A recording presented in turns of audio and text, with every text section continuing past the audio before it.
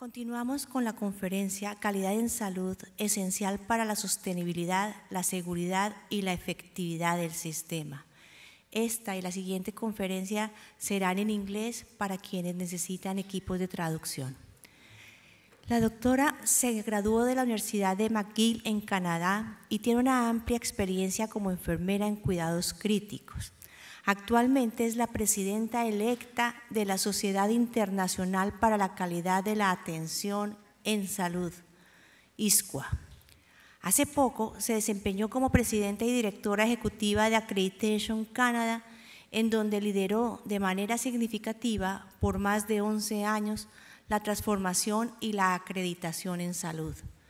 Pertenece a la Junta Directiva de Seguros Recíprocos de Salud de Canadá y del Instituto de Directores Corporativos. Es miembro emérito de la Red Canadiense de la Salud, de la Red de Trabajo Liaison y es presidenta del Grupo de Trabajo de Movilización del Conocimiento. Adicionalmente, tiene actividades académicas con la Universidad de Queens y la Universidad de Ottawa. Cuenta con varios premios como Distinción de la Mujer en 1999 por la Asociación de Enfermeras Canadienses en el 2008 y por la Universidad Canadiense de Líderes de la Salud en 2012. Ha realizado conferencias nacionales e internacionales, ha publicado varios textos enfocados en calidad, seguridad y liderazgo. Es un placer contar con Wendy Nicklin en este escenario en el día de hoy.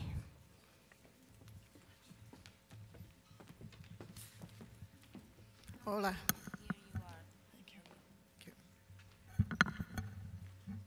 Yo soy Wendy, primera vez en Colombia. It's my sincere pleasure to be with you here today in your beautiful country. And as I say, my first visit to Colombia, and hopefully it's not my last. The speakers that you have heard preceding me, I think you will hear that we are reinforcing many of the same messages, and thus the linkages and the continuity between the presentations, I think, will be extremely meaningful. The focus of my talk is on quality, of course, but the issue of affordability and the issue of the cost of quality. And I'm sure your country is perhaps like my country and many others. However, when there's a budget problem, when there are financial problems, the CEOs, the leaders of the organization look to say, where can you cut? Where are we going to remove positions? Where can we make change? And I would say up until a decade ago, and I can say this in Canada, up until a decade ago, if there had to be cuts made, it would be in the area of the quality improvement coordinators. Perhaps you would remove some educators. Sort of on that qualitative side, that's where the sacrifice would be. Thankfully, that direction is changing and continues to change. But I'll be focusing on that issue of the relationship of how quality actually is essential if you want to have an efficient and sustainable organization. So I'll be reviewing with you the quality journey, and you've already heard quite a bit about that, and I will not repeat that. What is a sustainable, high-performing system? What's the evidence of a safe, affordable system? And there are foundational elements. And as Dr. Rulis just said, it's not a matter of saying, here's the standard, go and do it, because we know that can fail. There are other elements needed to ensure the environment is supportive and indeed it will be effective. So we will look at the fact that quality and sustainability are the two sides of the same coin, and evidence that sustainable organizations must focus on quality. Now, I'll be the first to say, I think I'm speaking to the converted here, so hopefully I'm not insulting anyone who's attending, because clearly we are here because we are committed to that. You will also note that there's a number of slides here, and they're really for your reference later on. So I will go quickly through a number of them. I don't intend to use all of them in any detail, but they are there for your future reference. We'll talk briefly about the quality journey, and I think as those speakers preceding me have spoken about what's happened, not in the last few decades, it's what's happened in the last century plus. The search for quality started in the early 1900s, if not before. You can even go back to Florence Nightingale and the issue of washing hands and infection rates and so on, and having standards. I think what is important, and I'll look at my third point on this slide, and I believe is that patient safety, in my view, has taken the lid off quality. So while we have all pursued quality for many, many years, it's been elusive. It's been sacrificial. It's been something we have not necessarily been able to get to the top, even though many of us have said quality care is really important. But thankfully, with the release of the IOM report in 1999, and deaths directly due to preventable medical errors, people started to listen. And in particular, the leaders from government through to the leaders of our healthcare organizations, we now had their attention. And so there are many, many initiatives, thanks to the patient safety movement, in my view, which have said quality is important. Quality really is a business strategy and something we must focus on. A point I want to share with you, and Sheila spoke to this as well, and Dr. Ross, is when you're looking at quality, there's many ways of defining it. And Accreditation Canada, the organization I most recently worked with, these are the dimensions of quality as defined by Accreditation Canada. You will note of those 8 dimensions, safety is one of them. Safety is one. Client-centeredness is one dimension. You'll note efficiency. So the whole issue, quality does mean it's being done in an efficient way, and we are being conscientious in how we are exercising our direction in quality. Population focus is identified there as a dimension. And just as 2 previous speakers have said, we've got to make sure we're thinking ahead to the population. It's one thing about this patient, this client, but what are we doing for the population? What is that national strategy? Move ahead to the Institute of Medicine. They have 6 attributes of a health system, a quality health system. You've got safety again. You've got patient-centered, timely. The word efficient is there again. So I think on our quality drive, there really is a commitment to that efficiency within ensuring we move forward if we truly want to have quality. Now, a point I want to make is that when we're looking at quality, you should not look at only one dimension. And I guess what worries me about the safety direction is if you focus too much on safety, you're going to lose the quality. Because safety is very, very focused, and we've tended to focus in specific areas, whether it's a surgical safety checklist or whether it's something to do with control of infection. No question, extremely important. But what about those other dimensions of quality? If we're not client-centered, we're going to make sure that client doesn't have an infection.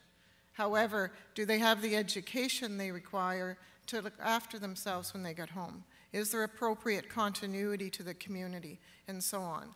All of those dimensions are important.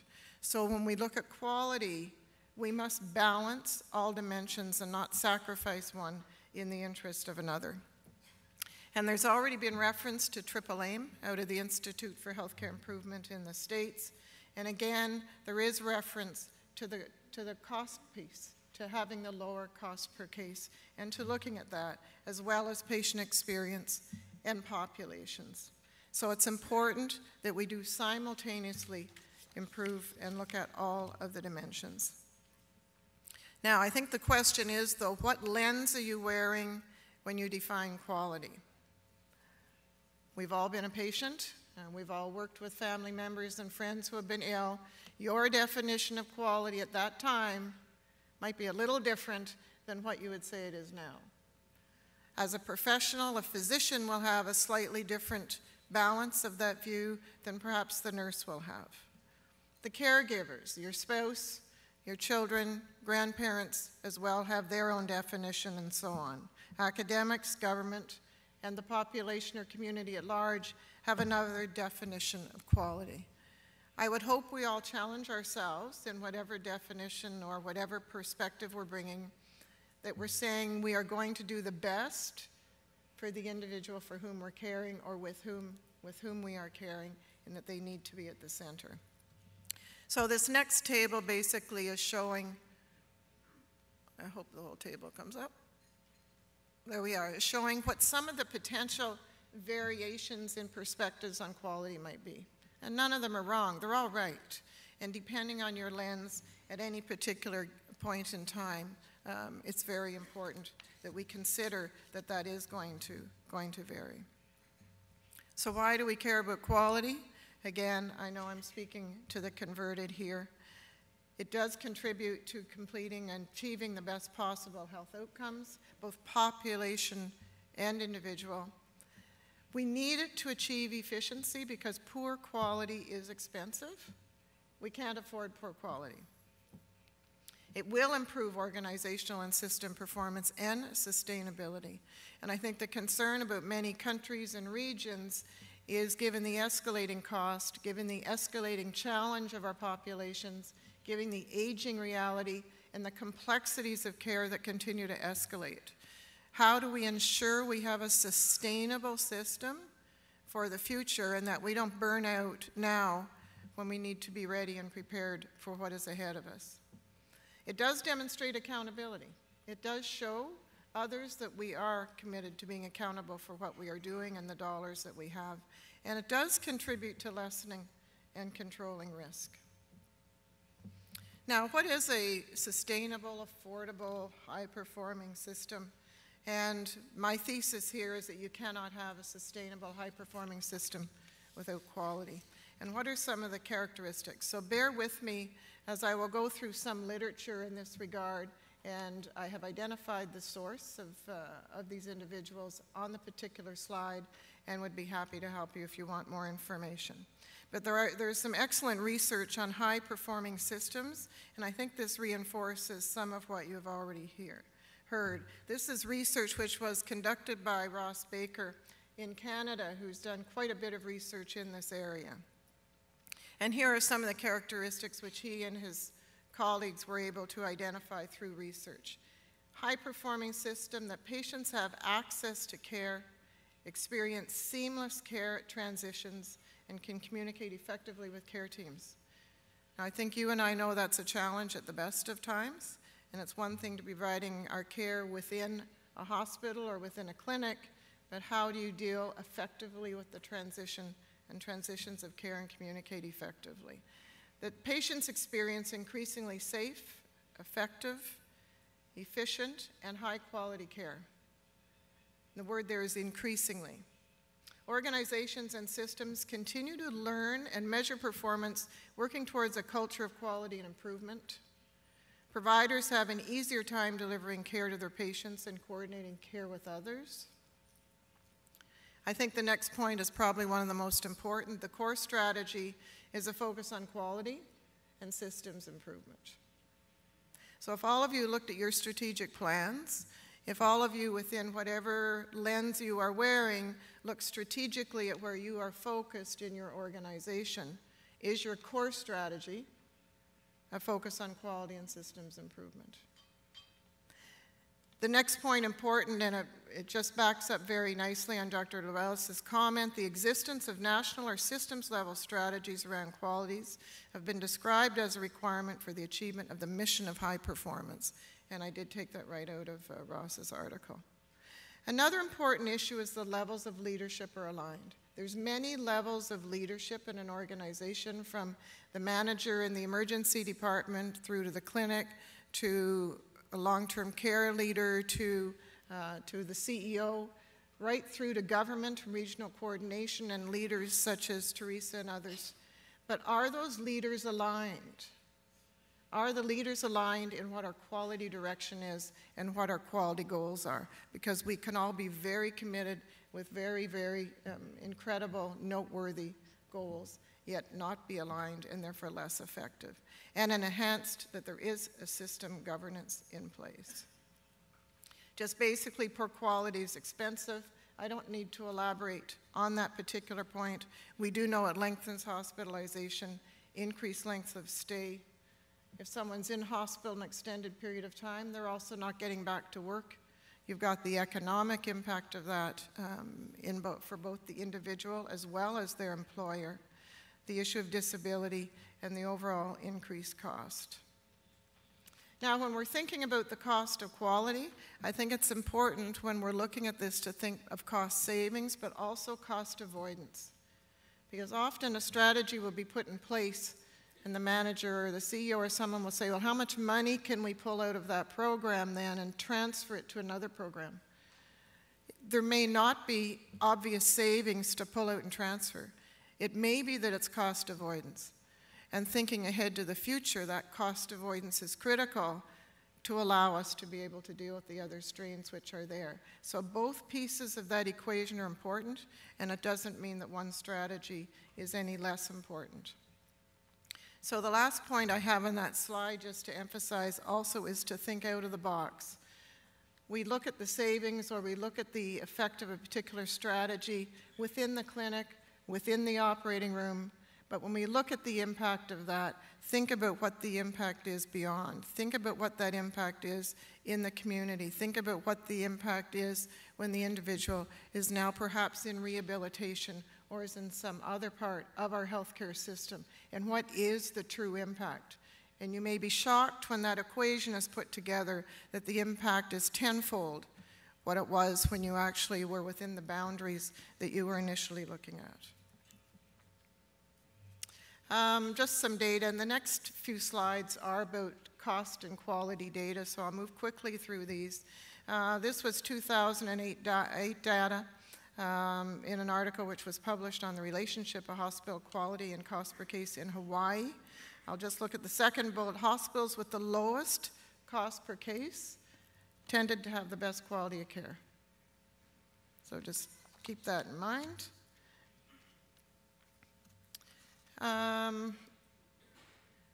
Surgical safety checklist.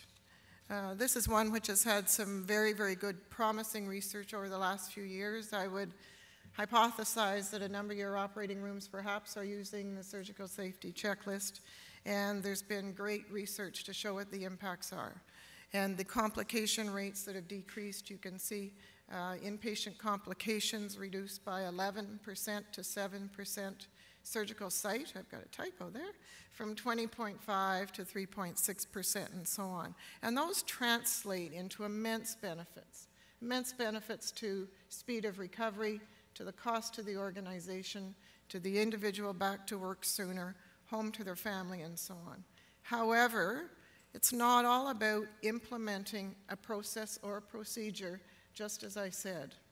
So there was a study conducted by Anne Matlow, a colleague of mine in Canada, who looked at this, and surgical checklist not a guarantee. So this is a team which completed the surgical checklist, and they conducted wrong site surgery. And the conclusion of this review that was done, and I'd refer you to that, was that a committed culture must be in place to support safety initiatives. So there really is a need for a culture that supports, believes in, and will enable to sustain what we're talking about. So it's not just here's a regulation, it's not just here's a checklist or here's a standard. It's the culture there to enable and support these things happening. What we find in the accreditation organization that I've been with is that many organizations are completing their surgical checklist, but we also find ORs where the checklist was completed before everyone was in the room. You know, to check. And really is their commitment to what the value of it is and how to use it. Estimated cost of complications. Just briefly, this was a study in looking at data of both California and Maryland, and they looked at the incremental cost of hospital-acquired complications and an increase in what the cost was. And the increase in cost in California was 9.39%, and in Maryland, 9.63%. In Canada, we did an analysis of readmissions. And I'll just refer you to the second point here, in that readmissions to acute care cost an estimated $1.8 billion, Canadian dollars, excluding physician fees. And this is looking at Canada alone. And the statement that while not all readmissions are avoidable, research suggests 9 to 59% of readmissions could be prevented. So now this then would be cost avoidance, right? As opposed to savings, it would be cost avoidance. But absolutely critical data. The cost of acquiring an infection, estimated in Canadian dollars, 2,265 to 22,000 nosocomial bloodstream infections. The cost anywhere from $3,200 to $29,000.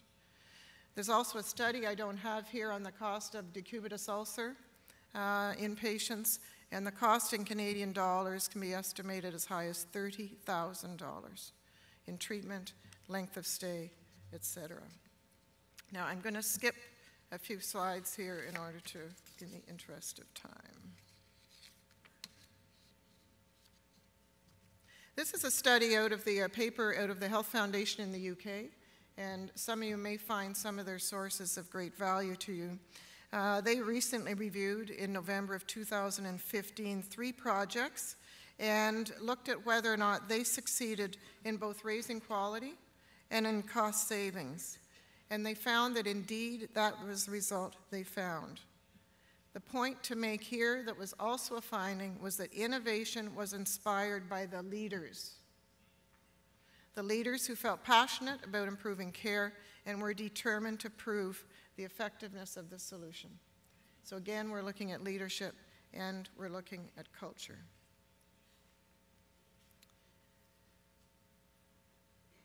Now, I think important to not be totally Pollyanna in this. I think we recognize that while I'm presenting a bit of a bias to quality and cost, also important that sometimes there are things that can we really prove this has had a positive value on our effective use? Can we improve? Can we reduce waste and increase productivity? An important point too, that savings depend on effective implementation of the improvement. You can't just lift what someone else has done and say, we're going to try that and put it in place. And I think, again, that point's been made by several of my colleagues, that we need to learn from each other. Here's an experience that's been gained in another country. Let's understand how it's been done. But then we need to look carefully at, okay, let's understand our own environment. How does it fit with our context? And now, how do we move forward? So very important that we need to look carefully at how we're going to implement it in order to do it very, very well. Just a recent update from the US, and it builds a bit on what Dr. Relas was saying as well, is that in the US, they're saying that between 2010 and 13, they believe 50,000 fewer patients have died in hospital due to a lowering of hospital-acquired complications, and believe that the savings actually there are $12 billion in healthcare. That was a recent statistic. And then 30 to 50% of the US costs, however, they believe are due to non-beneficial care. So I think there's a whole area now as we move ahead and start looking at the care we are providing. Is the care needed? Is it appropriate? Did that individual need the MRI to start with? Was there another way? Was surgery indicated? So let's look in the mirror and make sure we're as critical as we can be about ourselves and what's been done. So the limitations thus far, though, we have to be realistic about the limitations on the research.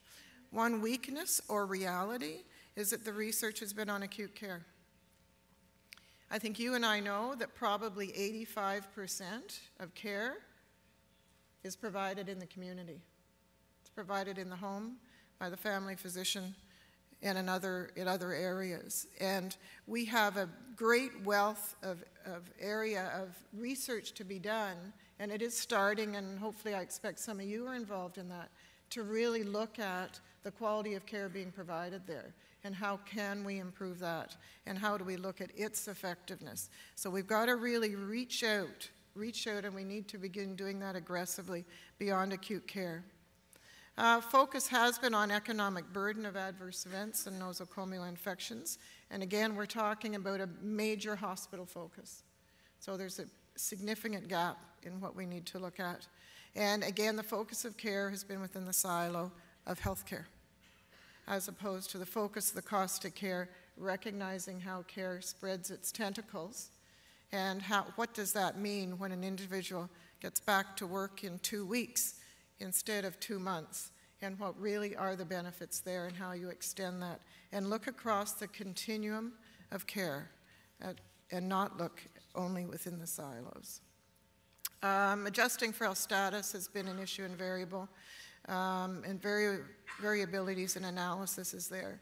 And I think there is a quote from the particular article here of Dr. Hussey that the association between healthcare cost and quality is still poorly understood.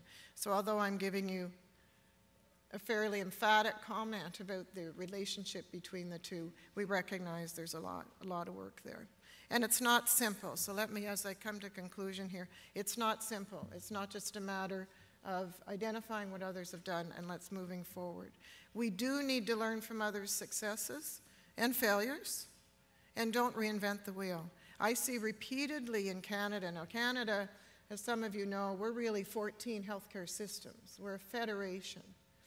And so we have 10 provinces, we have 3 territories, and then we have some national programs. So Aboriginal Health in Canada is a national program. The program for the Canadian Forces is national, and so on. However, healthcare is within each province and territory. So firsthand, I can tell you about a bit of a fractionated system where we're not learning from each other across our own country, and we all need to do better in that way.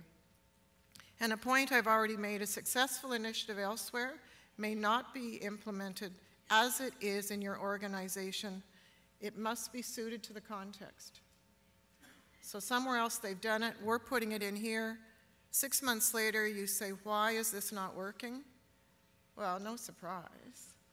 You've got to really look carefully at how it fits in the context.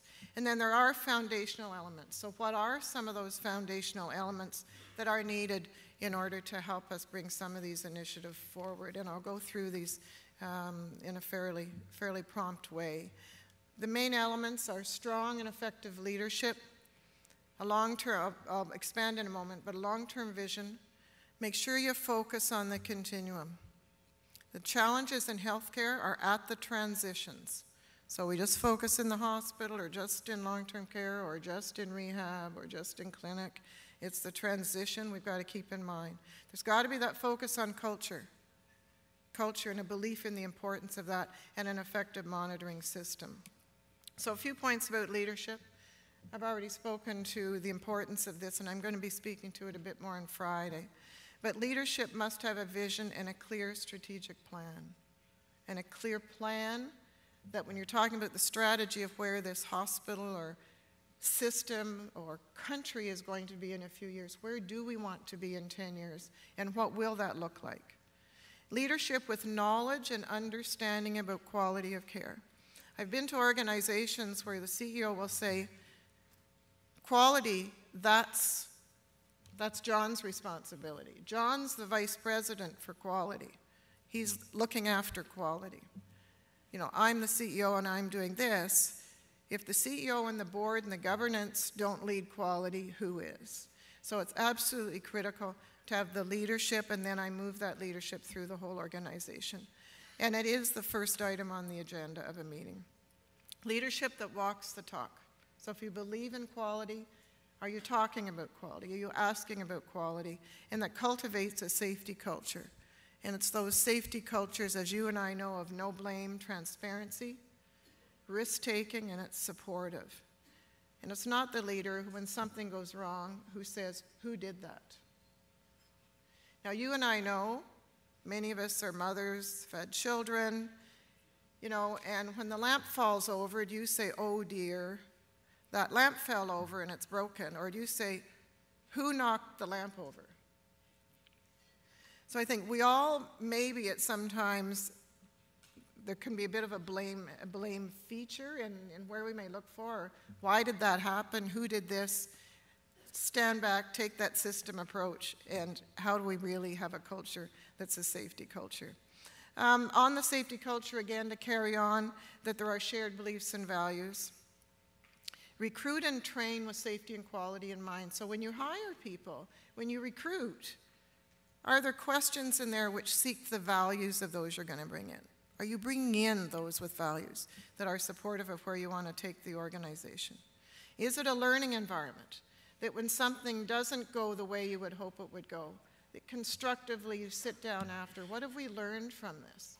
And you want to debrief when things didn't go wrong, but don't forget to debrief when things have gone right. You know, like if something that's really successful, debrief. Wow, let's pat ourselves on the back, but don't stop there. Analyze why this went right. You'll be surprised what you will learn from what went right. Open communication and partnership with the patient and client, their engagement. And that means they're an equal partner at the table. Not that you pull them in at the last minute to ask if this is okay, but are they an equal partner at the table? And of course, a just culture. This is one of my favorite phrases, that culture eats strategy for lunch. So you can have the strategy, get that surgical safety checklist in place, and we'll all be fine. But if you don't have the culture that's enabling that to happen and that you continually reinforce it, you've just eaten it up. There was a study in Canada. We looked at some of our data and found that organizations that have boards, governance structures that believe strongly in safety, their organizations performed higher on patient safety measures. The other thing that's important, and a pet of mine, is a focus on the quality of work life. If you're going to look after, have a culture of caring that looks after your clients, you've got to care for your staff. You have to care for the staff if you want them to care for the client or patient. And the leader that really demonstrates that caring, and that means caring for the physicians, caring for your volunteers, caring for those who are providing the care and so on, is extremely important. And a strong supportive focus on all staff is critical. It's critical that there is a quality plan, a quality improvement plan. It's not a matter of 8 or 10 different initiatives, that there is a coordinated plan for the organization, and a coordinated plan then that cascades through. And I'll tell you my bias, and that is that accreditation should be part of that plan. Accreditation to me is not separate from a quality improvement plan. The accreditation process and how that weaves into what's going to happen is part of the country's quality improvement plan, part of your organization's quality improvement plan, and there are standards and things you can use there to help you with quality improvement. And recognize, I'll re-emphasize the quality, you need a balanced focus amongst all of those quality dimensions. We all know we cannot manage what we can't measure, and the importance of performance measures being regularly reviewed, and get these right through to the staff at the front line. The emergency team should know those key measures and what they're showing and how together you can move those and improve those, just as it's important for management and the government. Reinforce the importance of focusing on the continuum and make sure you're not measuring within a narrow silo. Very briefly, many of you, I'm sure, were aware of the crisis, the real problem in the UK in the Mid-Staffordshire inquiry, when there was an organization which had many deaths and complications that they tried to bring to the attention of government and others in the board, and they were ignored for too long. And then there was a significant inquiry, and many, many lessons from that inquiry that are still relevant. But if you, one that I will point out in particular here is a strong patient-centered healthcare leadership of the organization was missing and was required, and that was a factor in the issue. The involvement of patients, public, and staff in what is going on, and so on. So in summary, those foundational elements to allow us to move forward on that quality arena: leadership, long-term vision, setting that culture and maintaining it, the quality of work life, keeping a focus there, having a quality plan, the continuum, focus on the continuum, and of course the importance of measurement. And I will stop there. Thank you very much.